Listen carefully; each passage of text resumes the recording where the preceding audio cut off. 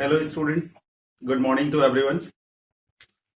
VK India is here, and today I have a very nice lesson of class 11th.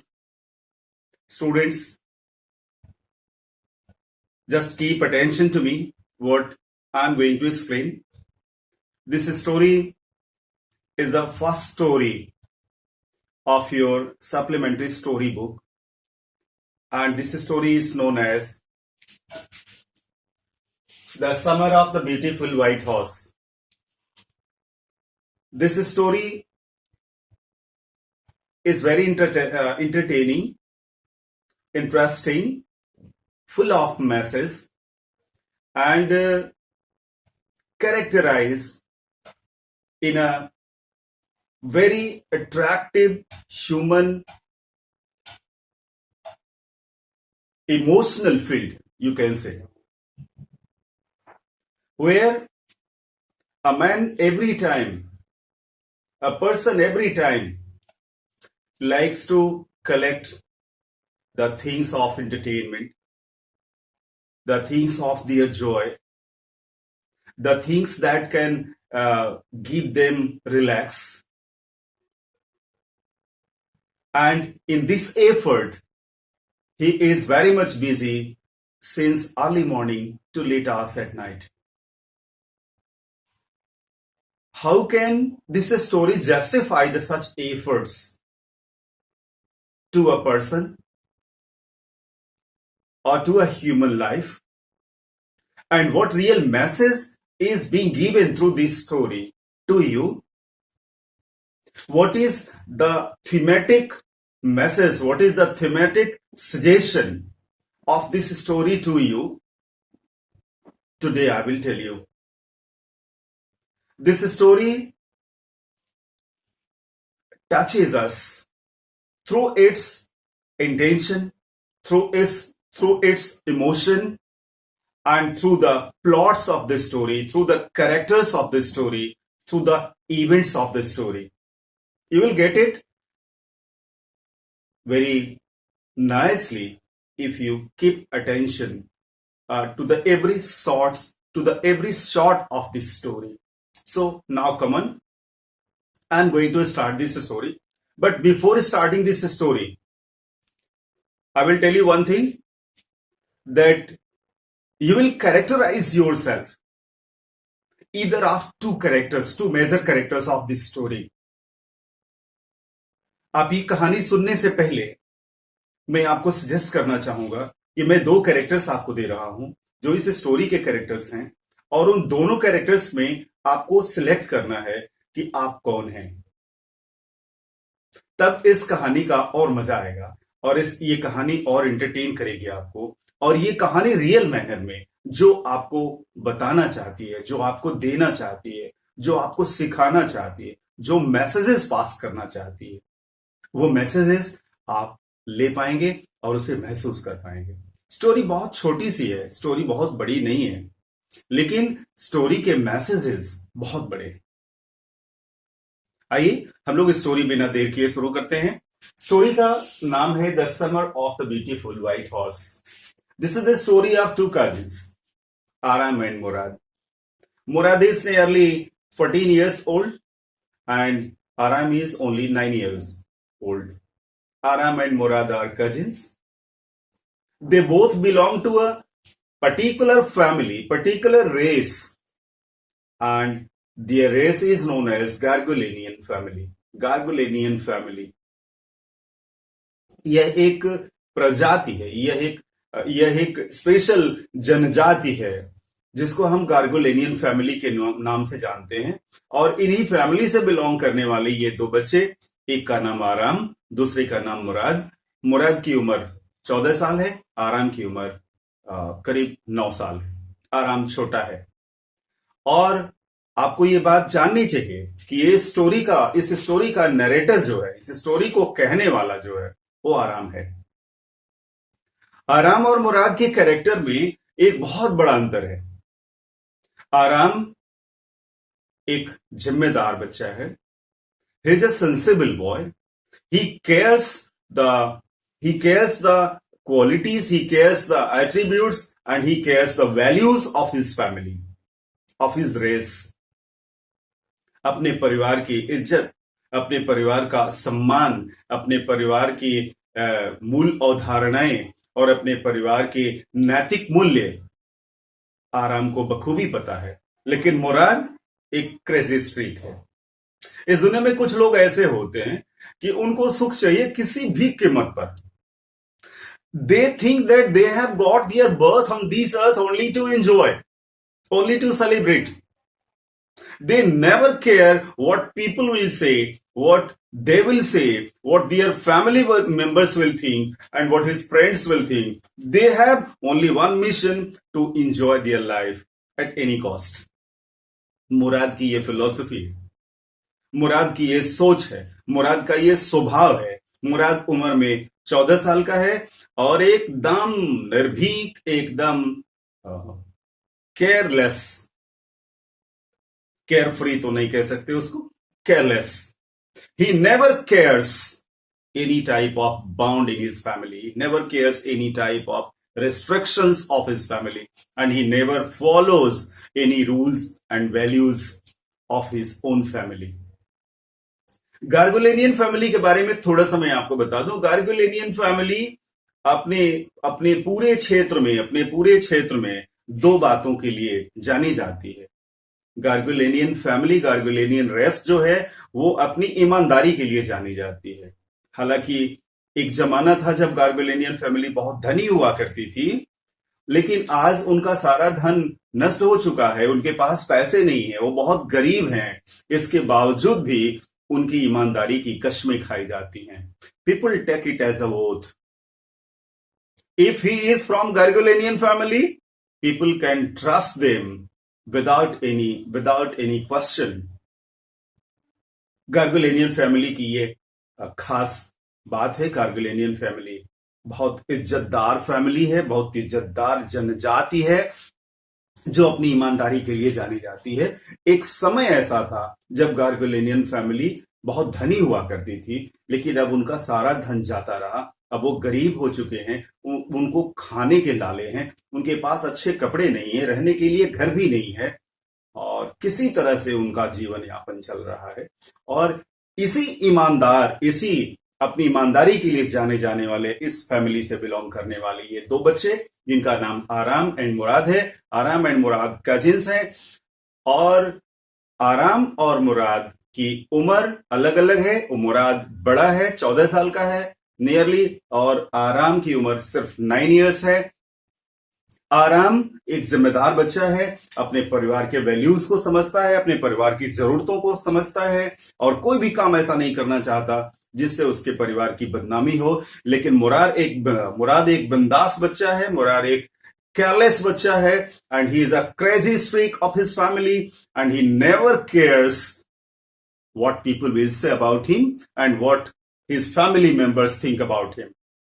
So he lives his life out of all bonds. आइए, गार्गुलेनियन family के बारे में हमने आपको बता दिया। ये दो बच्चे हैं। एक घटना घटती है। सुबह के 4 बजे हैं, आउटब्रेक है, डे ब्रेक है, आप यूं कह सकते हैं। डे ब्रेक है, ये सुबह होने वाली है, रात अभी खत्म नहीं हुई है, दिन अभी शुरू नहीं हुआ है, गर्मी का दिन है। आराम अपने कमरे में सो रहा है, और 4 बजे, सुबह के 4 बजे मुराद एक सफेद घोड़े पर बैठकर खिड़की के पास आता है, खिड़की को नॉक करता है। और मुराद जब खिड़की नॉक करता है तो आराम खिड़की को खोलता है, और खिड़की खोलने के बाद उसे जो दिखाई देता है उसे यकीन नहीं होता। He never goes to believe what he is seeing. खिड़की खोलने के बाद जो सीन देखता है उसे यकीन नहीं होता, तो अपनी आंखें मीचता है, अपनी आंखों को रगड़ता है, whether he is in daydream or he is dreaming. But Murad smiles and he tells, no, you are not dreaming, it is reality. This is a horse. मुराद एक सफेद घोड़े पर बैठा हुआ है। आराम घोड़े को देखकर, मुराद को उसकी पीठ पर देखकर उसे यकीन नहीं होता। उसके दिमाग में तुरंत बात जाती है, ये मुराद के पास सफेद घोड़ा कहां से आया? हमारे पास इतनी क्षमता तो नहीं है कि हम घोड़े खरीद सकें। और अगर हम घोड़े खरीद नहीं सकते, कोई घोड़ा हमें दे नहीं सकता, तो घोड़ा सिर्फ चुराने से मिल सकता है? निश्चित रूप से मुराद ने घोड़ा चुराया है। मन में एक अजीब सी भावना आती है आराम के, और आराम कहता है this is not good, we are from Garoghlanian family and Garoghlanian family is known for its honesty, and a member from Gargolinian family cannot steal anything. कोई चीज चुरा नहीं सकता वो। उसके मन में ये बात आती है। इसके बाद उधर से मुराद की तरफ से एक ऑफर आता है, घोड़ी की सवारी करनी है, हॉर्स राइडिंग करनी है। आराम कहता है कि जब से उसे होश आया है, जब से वो चीजों को देखने लगा है, समझने लगा, since then he has a single dream to ride horses. उसके पास एक ही सपना रहा है, उसकी ये हॉबी रही है, उसका एक शौक रहा है कि वो घुड़सवारी करे। लेकिन अफसोस उसे आज तक नहीं मिला। ये उसकी अपनी चाहत रही है। लेकिन घोड़ा अगर सामने आया भी, ऑफर मिला भी, तो मुराद के हाथों मिला और वो चुराए हुए घोड़े से मिला। He is quite sure that Murad had stolen this horse because Murad cannot purchase it and his family condition is not so rich that he can get any horse anymore. आराम के पास ऑप्शन है, whether he should accept the offer or he should reject the offer. आराम कहते हैं कि एक human tendency है, जब कोई चीज हमारे फेवर की होती है, भले ही गलत तरीके से ही क्यों ना हुई हो, तो हम उस गलत तरीके को भी जस्टिफाई करने की कोशिश करने लगते हैं। This is human tendency when he gets something with not in not a right manner, certainly we try to justify our wrong deeds too. आराम जस्टिफाई कर रहा है, कह रहा है घोड़ा चुराना और पैसा चुराना ये दोनों अलग अलग चीजें। पैसा चुरा के हम खर्च कर दिए, ये चोरी हुई। लेकिन अगर घोड़ा चुराया, थोड़ी देर के लिए घोड़ा किसी का ले लिया और थोड़ा घोड़सवारी किया और उसके बाद फिर घोड़ा छोड़ दिया, तो इसको चोरी नहीं कहते। This is not stealing. अगर घोड़ा चुरा के और हम उसे ले जाकर कहीं बेच दें, तो ये स्टीलिंग है, ये जस्टिफिकेशन है। This is the justification of आराम, who is 9 years old and he has an intimate dream to do horse riding. और कहता है ओके आराम।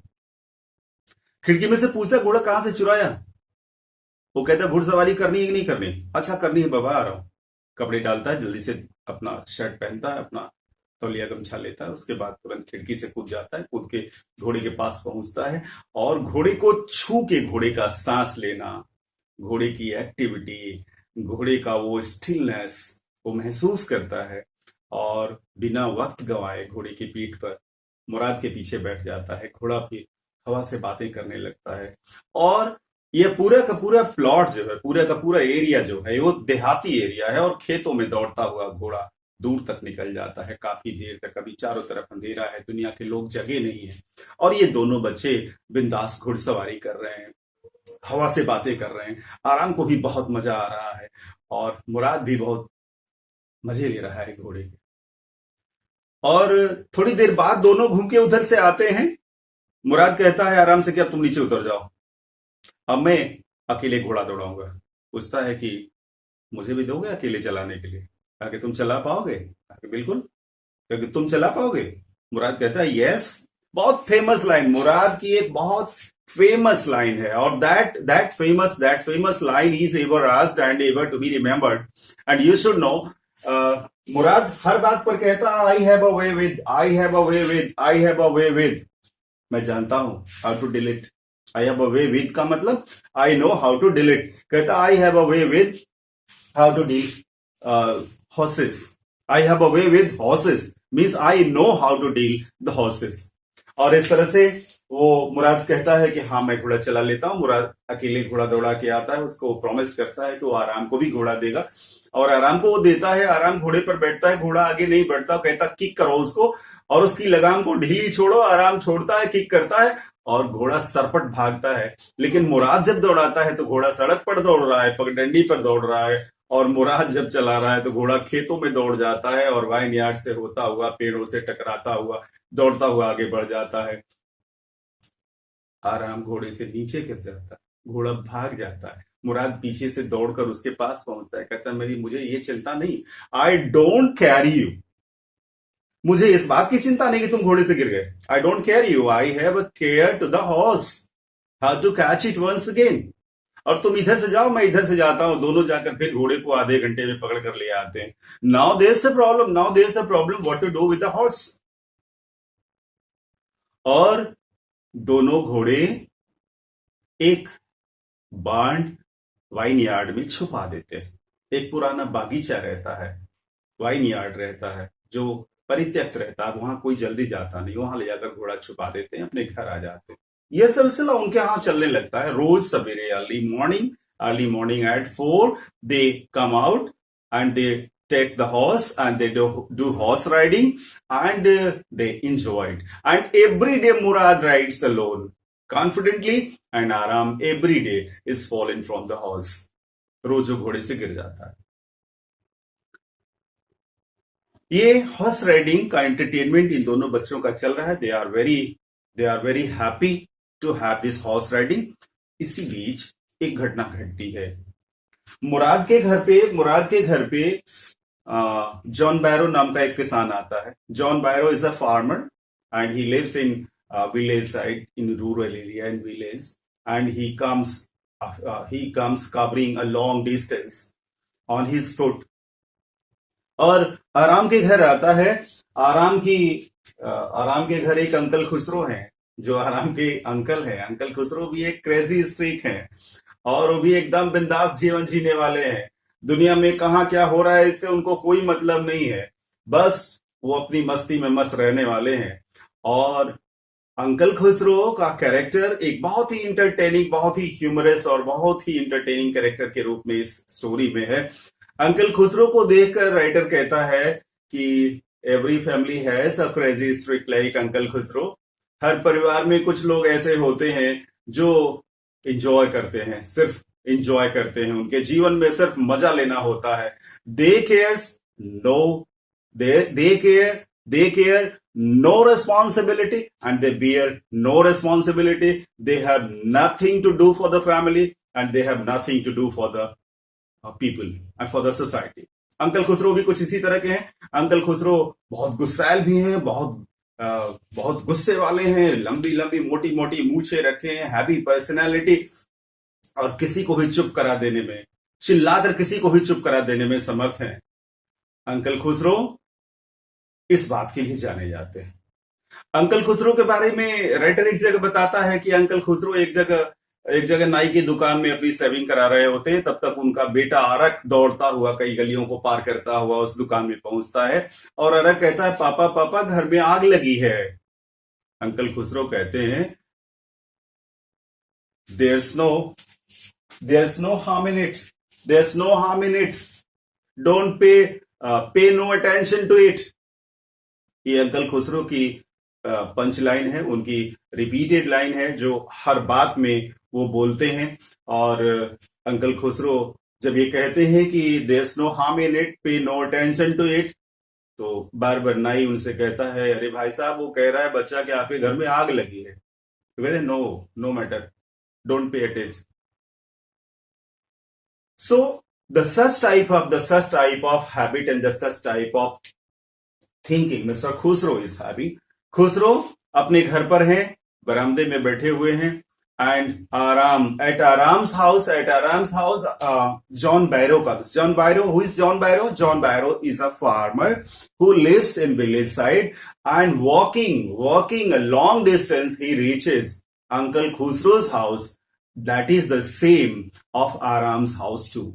बैठके में सब लोग बैठ जाते हैं and John Barrow starts his problem and he tells Uncle Khusro, भाई साहब, I have lost my white horse. That is very costly. That is very nice. That is very strong horse and I have lost it. John Barrow uncle Khusro को बताता है कि वो अपना घोड़ा खो दिए हैं। उनका घोड़ा सफेद कलर का था, बड़ा मजबूत था, बहुत उपयोगी था, बहुत अच्छा था। अंकल खुसरो गुर्रा पड़ते हैं, कहते हैं हमने अपनी सारी प्रॉपर्टी खो दी। हमने कभी नहीं कहा किसी से, हमने अपनी सारी जायदाद खो दी, हमने किसी से नहीं किया। क्या एक घोड़े की बात कर रहे हो? घोड़ा खो गया तो खो गया। Why are you crying for it? तो कहता है मेरे पैरों में दर्द हो रहा है, मैं बहुत लंबी दूरी तय करके आया हूं यहां से। डांट कर अंकल खुसरो चुप करा देते हैं और उसे उसे इतना उसको बोलने ही नहीं देते। अंत में अंकल खुसरो से परेशान होकर जॉन बायरो उठकर वहां से बिना चाय पिए ही चला जाता है, बिना हुक्का पिए ही चला जाता है। और उसके जाने के बाद Aram comes to know that this white horse is of John Byro, who is intimately related to his own family, and he's a relative of his family, and he's a well-known being of his own family. And then Aram moves to Murad's house, and there he reaches and he sees Murad is sitting under a tree and he is repairing wounded wings of a robin. And there he tells that, do you know John Byro came to my house and he was telling that his white horse is stolen and it was very useful for him, and now he's missing his horse. Would you like to get it back? Would you like to return the horse? मुराद मुस्कुराता है, कहता है no no. आराम कहता है नहीं, घोड़ा तुम नहीं लौटाओगे। जब तक मैं हॉर्स राइडिंग नहीं सीख जाऊंगा तब तक तुम घोड़ा नहीं लौटाओगे। मुराद कहता है तुमको सीखने में साल भर लगेगा, 6 महीने लगेंगे। Aram tells okay then 6 months horse will be there with us, हम लोग घोड़ा नहीं लौटाएंगे। And thus they interact, and the next day the same they do, they enjoy the horse riding. In the evening every day, in the morning when it is a time to it is a time for people to come out from their houses, उसके पहले लोग जग के घरों से बाहर आ जाएं, इसके पहले इस घोड़े को सुरक्षित स्थान पर छुपा देना, जहां रोज छुपाते हैं ये बच्चे। आराम और मुराद दोनों घोड़े को छुपाने के लिए ले जा रहे हैं और रास्ते में उधर से जॉन बायरो आ रहे हैं। John बायरो he comes across his own horse with these two boys. आराम देखते ही डर जाता है कि अब तो हमारी चोरी पकड़ी गई। मुराद कहता है don't worry, I have a way with farmers, I have a way with horses, I have a way with dogs, I have a way with the farmers, I know how to deal them. आराम डर जाता है कि अब तो घोड़ा पकड़ा गया, अब उन पर डांट में पड़ेगी। मुराद कहता है डोंट वरी, मैं बताऊंगा उनको और मैं उनको समझाऊंगा, मुझे पता है कि किसानों को कैसे डील करते हैं। जॉन बायरो पास आते हैं, अपने घोड़े को देखते हैं, आश्चर्य करते हैं, it is his own horse. लेकिन जब इन दोनों बच्चों की तरफ देखते हैं तो कहते हैं you are the sons, you are the boys of my friends, I know your friends. If you are, बहुत इंपॉर्टेंट लाइन बोलते हैं, if you had not belonged to my friend's family, I could be sure that this horse is of mine. अगर तुम हमारे मित्र के परिवार से नहीं होते तो मैं दावे के साथ कह सकता था कि ये घोड़ा मेरा है।